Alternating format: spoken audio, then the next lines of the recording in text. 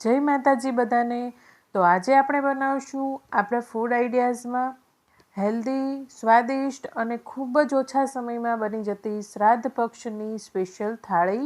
ગુજરાતી શ્રાદ્ધ સ્પેશિયલ આ થાળી લસણ ડુંગળી વિનાની બનશે, તો અવશ્ય તમે બ્રાહ્મણોને આ જમાડી તેને આશીર્વાદ મેળવી શકો છો। તો અહીં સૌ પ્રથમ તો હું દાળ, ભાત અને શાક માટે બટેટા બાફીશ, એ પણ એક જ કુકરમાં। તો ચાલો આપણે સૌ પ્રથમ તો પાણી ગરમ કરવા મૂકી દઈએ અને અહીં મેં દાળ અને ચોખા સારી રીતે ધોઈ અને તૈયાર રાખ્યા છે, સાથે બટેટા પણ કટ કરીને રાખ્યા છે, જેટલા ઉપયોગમાં જરૂરી હોય તેટલા। તો અહીં આપણે એ વાતનું ખાસ ધ્યાન રાખવાનું છે કે જ્યારે દાળ ભાત આપણે બનાવીએ ત્યારે દાળ અને ચોખા બંને સારી રીતે ધોવાના છે અને કુકરની અંદર એકસાથે ગરમ પાણી 2 લોટા જેટલું મૂકી અને તે ગરમ પાણીનો જ ઉપયોગ આપણે અહીં કરવાનો છે। આ ગરમ પાણી તમે દાળ અને ચોખામાં ઉમેરશો અને કુકરમાં પણ ગરમ પાણી થવા દેશો અને પછી આ બંને વસ્તુ અંદર મૂકશો અને ઉપરથી આ રીતે ડીશ ઢાંકી બટેટા રાખી દેવાના અને પછી ઢાંકણ ઢાંકી દેવાનું। તો આ રીતે કરવાથી એકદમ છૂટા ભાત બનશે, તમારે કોઈને ખ્યાલ પણ નહીં આવે કે કુકરની અંદર, ખાનાની અંદર કે તપેલીની અંદર બનાવેલા છે। તો અહીં મેં ધીમા ગેસે પહેલાં તો 5 થી 7 મિનિટ રહેવા દીધું હતું અને પછી 3 થી 4 વિસલ લઈ લીધી છે અને કુકર એકદમ ઠંડુ થયું પછી મેં તેને બહાર કાઢી લીધું છે, બટેટા અને દાળ ભાત બંનેને। તો તમને જોતાં જ ખ્યાલ આવી જશે કે આ રીતે આ ટિપ્સની મદદથી ભાત આપણા કેટલા છૂટા બને છે। હજી હું તમને બતાવું, પહેલાં દાળ હું કાઢી લઉં। તો જો દાળ પણ મેં કાઢી લીધી છે અને એકદમ સરસ બફાઈ ગઈ છે, આને આપણે બ્લેન્ડર ફેરવવાની જરૂર નહીં પડે। હવે ભાતને છૂટા રાખવા માટે ગરમ ગરમ હોય ત્યારે જ આપણે આ રીતે ઉપર નીચે કરી લેવાના અને એકદમ છૂટા કરી દેવાના। તમે ઈચ્છો તો તમે ચારણીની અંદર પણ કાઢી અને ઢાંકીને રહેવા દઈ શકો છો, તો ખ્યાલ પણ નહીં આવે કે આપણે કોઈ કુકરની અંદર આને વિસલ લગાવીને બનાવેલા છે ને એકદમ છૂટા। તો આ ટિપ્સ જરૂરથી ફોલો કરજો। હવે આપણે દૂધપાક બનાવવા માટે જાડા ચોખા જે આવે છે તે લેવાના છે। તેમાં ચીકાશનું પ્રમાણ વધારે હોય છે, માટે તે ઘટ એકદમ બને છે। તો અહીં 3 ચમચી જેટલા ધોઈને સૂકવેલા કોરા મેં અહીં બરણી ભરી અને રાખેલા જ હતા, તે ચોખા વાપર્યા છે। તો 3 મોટી ચમચી જેટલા લીધા છે। અહીં તમારે સુગંધ માટે બાસમતી કે સાદુ ચોખા વાપરવા હોય તો પણ તે વાપરી શકો છો। અહીં હું બરણીમાં ભરી સ્ટોર કરી આ રીતે રાખું છું ઉનાળામાં જ્યારે તડકો હોય છે ત્યારે, અને એ જ મેં ચોખા વાપર્યા છે, જાડા ચોખા ધોઈને સારી રીતે કોરા કરી અને સૂકવેલા।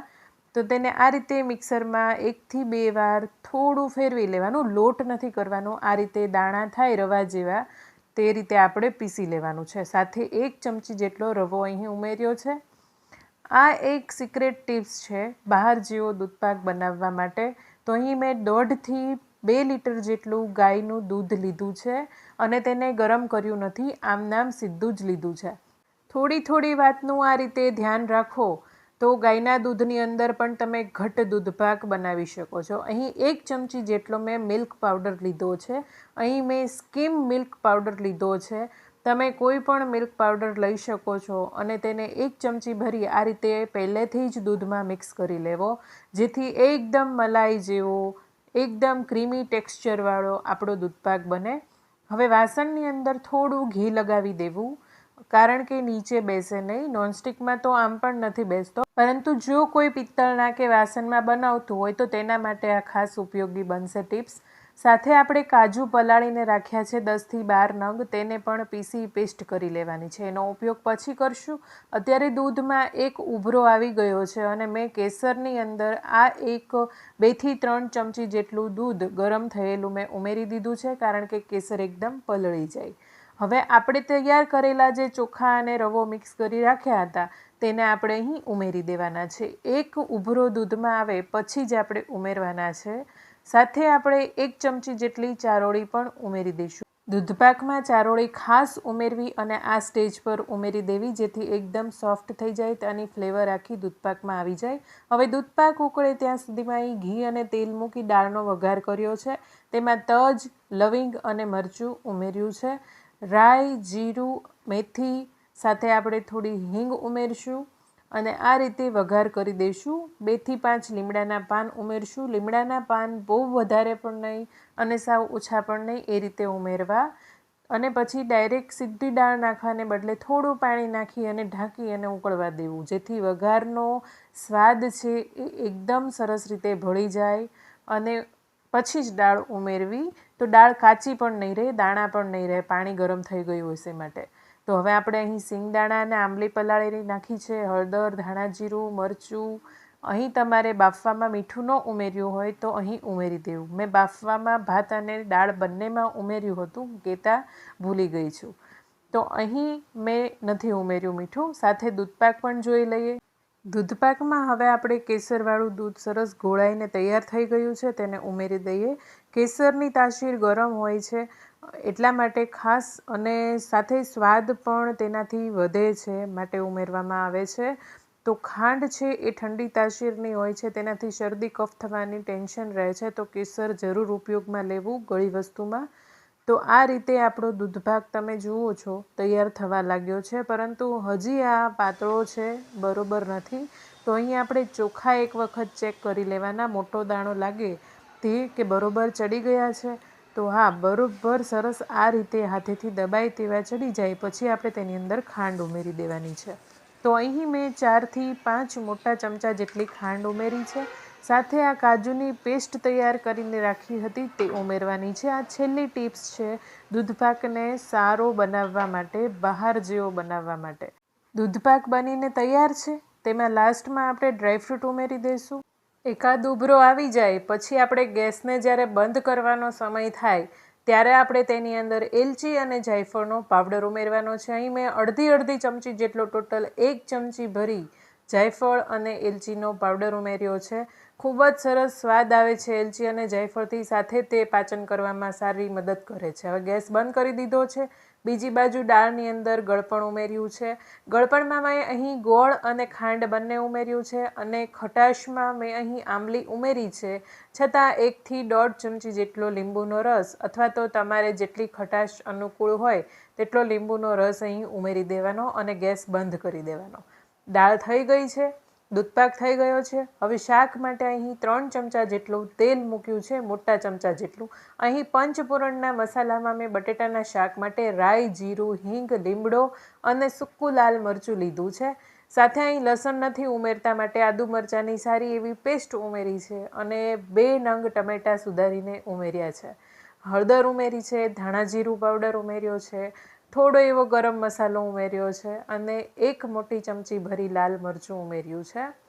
અહીં આપણે મીઠું નાખવાનું બાકી રહી ગયું. 1 ચમચી મીઠું નાખ્યું છે, અને સાથે આ બટેટા ઉમેરી દેવાના છે. બટેટા અહીં જ ઉમેરવાના છે. તમને થશે કે આવું કંઈ હોય, પરંતુ હા, આપણે આ રીતે કરવાથી મસાલો સારી રીતે કોટ થઈને ખ્યાલ આવી જાય છે કે ઓછો છે કે વધારે, તો તમે અહીં જ ઉમેરી શકો મસાલાને. અને ઉપરથી મેં અહીં ગરમ પાણી ઉમેર્યું છે. હવે તમારે જેટલો રસો કરવાની ઈચ્છા હોય તેટલું ગરમ પાણી ઉમેરી દેવાનું. એ એકદમ સહેલું છે, જેથી એકદમ પૂરીમાં બટકે ચડે તેવું શાક બનીને તૈયાર થાય. અને સાથે અડધી ચમચી જેટલો લીંબુનો રસ ઉમેર્યો છે. 5 મિનિટ ધીમા ગેસે ઉકળે પછી લીંબુનો રસ ઉમેરવાનો. શાક આપણું બની ગયું છે. હવે પૂરીના એક સરખા મોટા લુવા રોટલીના કરતા હોય તેવા કરી અને રોટલી સાઇઝની પૂરી વણી લેવાની. આ પૂરી આપણે ત્રિકોણ આકારમાં કરશું માટે એક જ રોટલીની અંદરથી 4, અથવા તો મોટી રોટલી કરો તો 6 કટકા, એ રીતે કરી એક સાથે 4 કે 6 પૂરી બનાવી શકો છો તમે. તો જો આ રીતે તમારી પૂરી બનીને તૈયાર થઈ જશે, અને એકદમ 100% ફૂલશે, કારણ કે આપણે અહીં લોટમાં રવો ઉમેરેલો છે. તો આ રીતે બધી પૂરી તૈયાર કરીને સારું એવું તેલ આવી જાય પછી તળવાનું શરૂ કરવાનું, થોડો મીડિયમ ગેસ કરી. અને પછી તો એક ટિપ્સ આપું અહીં, પૂરી ફૂલેલી અને એકદમ સરસ રહે, કડક, તે માટે, અને તેલ બિલકુલ ન રહે તે માટે, તો તમારે રોટલીમાં જેટલું મોણ નાખો છો તેના કરતાં અડધો પાવડો કે 1 જ પાવડું વધારે ઉમેરવાનું છે. બહુ ઝાઝી માત્રામાં તેલ નથી ઉમેરવાનું. તેલ બહુ ઝાઝું ઉમેરશો અને લોટ ઢીલો થઈ જશે કે કૂણવાશે નહીં બરોબર, તો તમારી પૂરી બરોબર ફૂલશે નહીં, અને ફૂલશે તો એકદમ ઓઇલી થઈ જશે.